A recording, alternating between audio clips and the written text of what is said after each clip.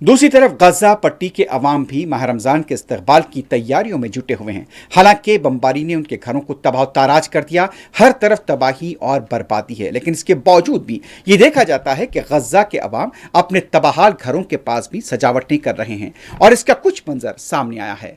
और यह खूबसूरत मंजर गजा के मलबे के पास का है, जहां पर गजा के अवाम का जज्बे ईमानी खुलकर सामने आया है और यह देखा जा सकता है कि यहां पर झंडियां लगाई गई हैं और खूबसूरती के साथ इलाकों को सजाया गया है।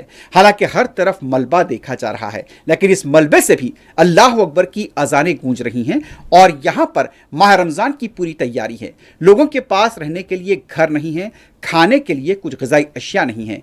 एक तरफ उनको मिलने वाली इमदाद को रोका जा रहा है, लेकिन माह रमज़ान का इस्तकबाल दिल से किया जा रहा है और यहाँ पर उनके जज्बे ईमानी को सलाम किया जाना चाहिए कि मलबे पर खड़े होकर आपको अजानें भी सुननी पड़ेंगी।